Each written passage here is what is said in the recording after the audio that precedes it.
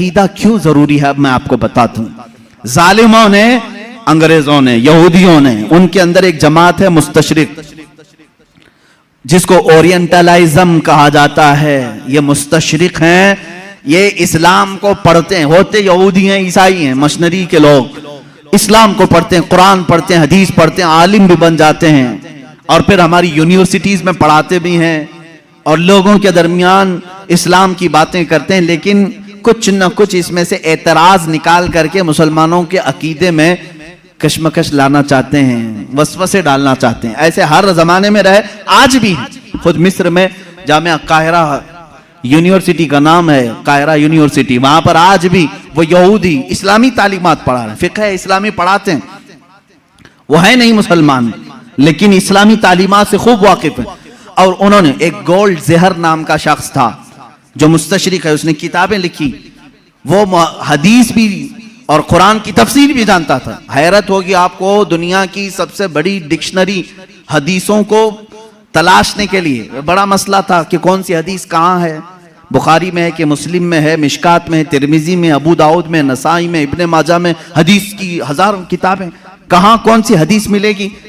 اس کی پہلی ڈکشنری جنہوں نے بنایا المعجم المفہرس لالفاظ الحدیث، یہ تقریباً 6 یا 7 جلدوں میں کتاب ہے، ڈکشنری ہے، الف سے اگر حدیث شروع ہوتی ہے تو یہ کہاں کہاں ملے گی اس کے ساتھ لکھا ہوا ہے۔ اس پر پوری محنت کیا 4 یہودی عالموں نے، وہ مسلمان نہیں، ان کو کیوں اتنی فکر ہے، کیوں وہ اتنی محنت کر رہے ہیں؟ تفسیر پر لکھا ہے انہوں نے، علم تفسیر پر کتابیں لکھی ہیں۔ میرے عزیزوں، محبت اسلام میں نہیں، عداوت اسلام میں لکھتے ہیں اور اس کے بعد اعتراض کرتے ہیں خود اپنی طرف سے اور مسلمانوں میں چھوڑ دیتے ہیں۔ یہیں سے جماعتیں بنتی ہیں، یہیں سے جماعتیں بنتی ہیں۔ ان کے جو شاگرد ہیں مستشرقین کے، وہ ماڈرن خیال بن کر کے مسلمانوں میں آتے ہیں اور نئی نئی باتیں لے آتے ہیں۔ محمد بن عبد الوہاب نجدی، جو سب سے پہلے اپنے نئے عقائد کو سعودی عرب میں پیش کیا، ان کے استاد کون کون تھے ذرا آپ مجھے بتاؤ، کہاں کہاں پڑھے تھے؟ استاد سے متاثر ہو کر کے آئے۔ ایسے مصر میں بھی بہت سارے ہیں جو جرمنی میں اسلامی تعلیمات پڑھتے رہے، انگلینڈ میں پڑھتے رہے، اسلامک ڈپارٹمنٹ کے اندر بہت سارے مدرس اسلام پڑھانے والے یہودی ہیں، عیسائی ہیں۔ یہ بھی نہیں کہ چھپ کر کے، بلکہ وہ ظاہر بھی ہیں، وہ کہتے بھی ہیں ہم عیسائی ہیں، ہم یہودی ہیں، لیکن اسلام کو ہم پڑھے ہوئے ہیں ایز اے نالج، ایک دراسہ کے طور پر۔ لیکن ان کا کام صرف یہ ہوتا ہے کچھ نہ کچھ وسوسہ ڈالنا، کچھ نہ کچھ وسوسہ ڈالنا۔ ایسے ہزاروں وسوسے انہوں نے ڈالے، لیکن علماء ربانیین کی جماعت ہر زمانے میں رہی ہے جو دنداں شکن ان کا جواب بھی دیتی رہی۔ سب سے پہلے انکار کرنے والے حضور صلی اللہ تعالی علیہ وسلم کے حیات بعد وفات کے لیے یہ مستشرقین ہی تھے۔ انہوں نے شوشہ ڈال دیا تھا کہ نبی مر کر ختم ہو چکے ہیں، اب ان کا کوئی اثر باقی نہیں، انفلوئنس نہیں رہے گا۔ اس طرح کی باتیں انہوں نے لکھی، ان سے ایڈاپٹ کیا کچھ ہماری جماعت کے علماء، وہ بعد میں الگ ہو گئے۔ حضور صلی اللہ تعالی علیہ وسلم کے علم کے بارے میں سب سے پہلے یہی مستشرقین یہودیوں اور عیسائیوں نے سوالات چھوڑے۔ سب سے پہلے انہی کی طرف سے اعتراض آتا ہے کہ رسول پاک صلی اللہ تعالی علیہ وسلم کو کبھی غشی آ جاتی تھی اور اس عالم میں وہ کچھ نہ کچھ بول جاتے تھے، معاذ اللہ رب العالمین۔ اس طرح کی نازیبا تہمتیں انہوں نے حضور کی ذات پر لگائی اور کہا ان کو اتنا علم نہیں تھا فلاں فلاں چیزوں کا، وہ اچانک بول دیتے اور لگ جاتی کچھ چیزیں۔ ان سے ایڈاپٹ کر کے کچھ علماء آئے۔ میرے عزیزو، کیوں جانتے ہیں یہ میرے آقا کے علم غیب پر کیوں اس طرح کی باتیں کرتے ہیں؟ صرف اس لیے کہ امت کے ذہن میں حضور کا مرتبہ کم کر دیا جائے۔ آج تمہیں ڈر کس بات کا لگتا ہے؟ نبی کی شان میں ایک جملہ بھی کہنے سے 1000 بار سوچتے ہو۔ اللہ کے نبی ہیں، ان کے بارے میں ہم مذاق میں بھی کوئی جملہ نہیں کہہ سکتے، ایمان چلا جائے گا۔ آج تک یہ ڈر ہے یا نہیں؟ آج تک یہ ڈر ہے، لیکن یہ چاہتے ہیں کہ ان کو بھی عام انسان کی طرح پیش کر دیں، ان کا بھی مذاق ہو سکتا ہے۔ تو جب امت مذاق کو سہنا پسند کر لے گی تو سمجھ لو کہ تمہارا رشتہ ختم ہو گیا، اب تمہارا اسلام ہی کھوکھلا ہو گیا، تم نبی کی ہر بات کو مذاق میں بھی لے سکتے ہو. ارے انہوں نے یوں ہی کہہ دیا ہوگا, کبھی بشریت میں یہ بھی بولتے تھے, کبھی وہ بھی بولتے تھے, ان کی باتیں ایسی تھی معاذ اللہ رب العالمین. یہاں آ جاتی ہے بات سیدھے تمہارے اسلام کی جڑوں پر, اس لیے اس کو اتنا ہلکا مت سمجھنا. علم غیب پر ڈسکس کرنے والوں کو میں یہ کہتا ہوں, اے نوجوانوں, تمہاری یہ فیلڈ نہیں ہے, تمہارا یہ میدان نہیں ہے, مناظرے کرنا تمہارا کام نہیں ہے. بس اتنا تم عقیدہ رکھو, ہم اس مسئلے میں کوئی گفتگو نہیں کرنا چاہتے. میرے رسول کو اتنا علم تھا جتنا میرے مولا نے دیا تھا. رب تعالیٰ جانے کتنا دیا تھا, رسول جانے کی کتنا لیا تھا.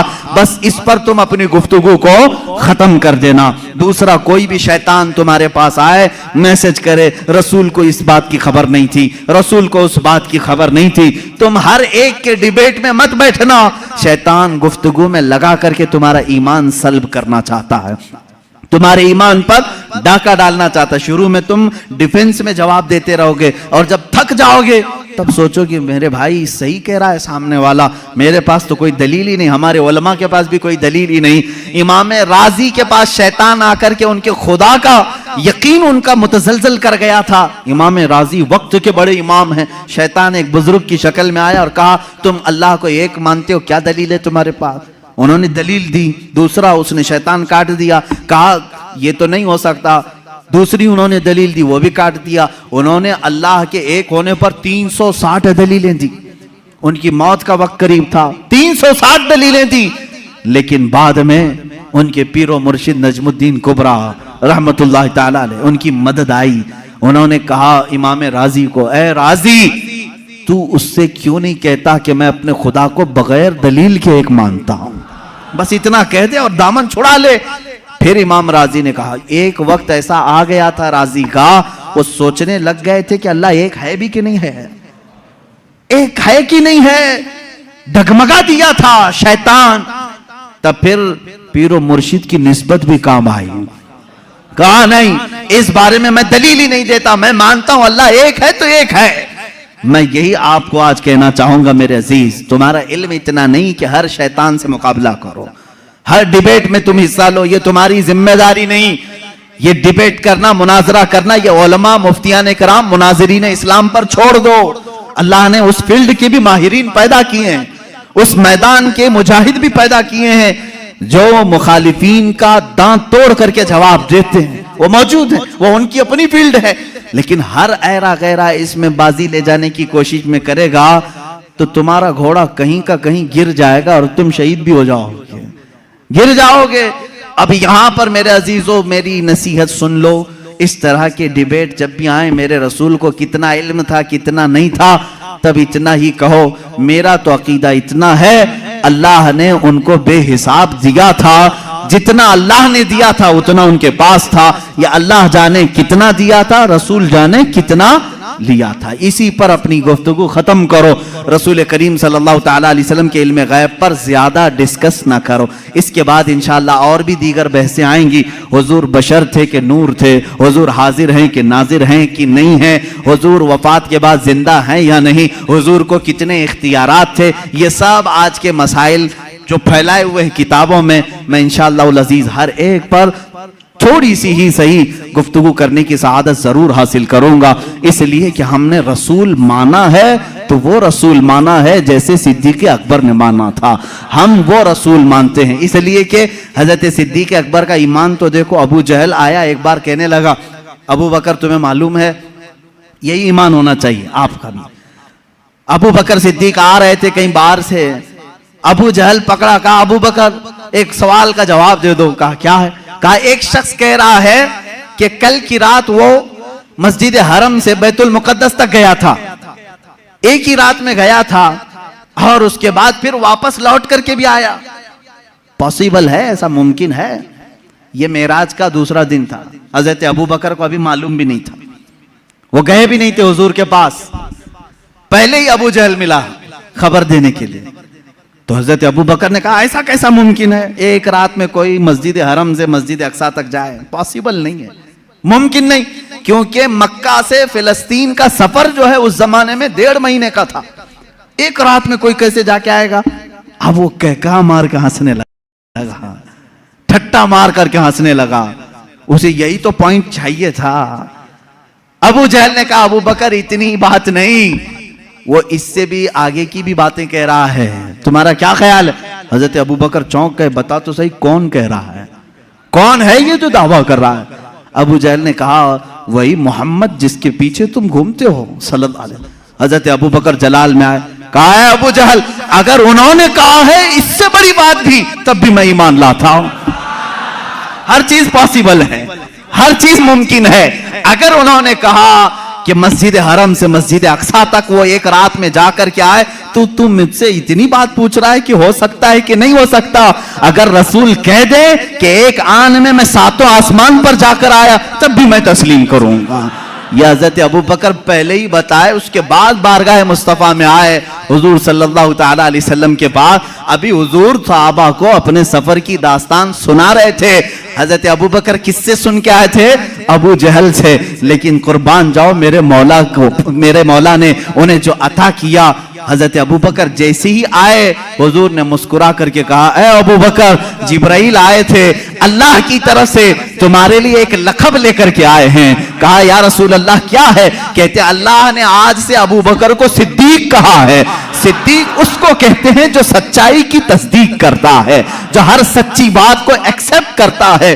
حضرت ابو بکر ابھی حضور سے سنے نہیں, دشمن سے سنے ہیں, تب وہ اقرار کر رہے ہیں اے ظالمو تم نے محدثین سے سنا ہے, اولیاء کاملین سے سنا ہے, صحابہ تابعین سے سنا ہے کہ رسول کیا کیا جانتے تھے, پھر بھی انکار کر رہے ہو. حضرت ابو بکر نے ابو جہل سے سن کر کے بھی انکار نہیں کیا. الحمدللہ ہم صدیقی ایمان رکھتے ہیں کہ ہم نے اپنے اولیاء کاملین کی زبان سے سنا کہ رسول ما کانا وما یکون کی خبر رکھتے ہیں. ہمارا عقیدہ بھی یہی ہے کہ رسول ما کانا وما یکون کی خبر رکھتے ہیں. وہ اولین کے بھی آقا ہیں, وہ آخرین کے بھی آقا ہیں. وہی ہے یاسین, وہی ہے طٰہٰ, وہی ہے فرقان, وہی ہے اول, وہی ہے آخر. میرے آقا کی ذات پر یہ ساری چیزیں منتہا ہیں. اللہ رب العزت ہمیں اہل سنت و جماعت کے سچے مذہب پر قائم و دائم رکھے.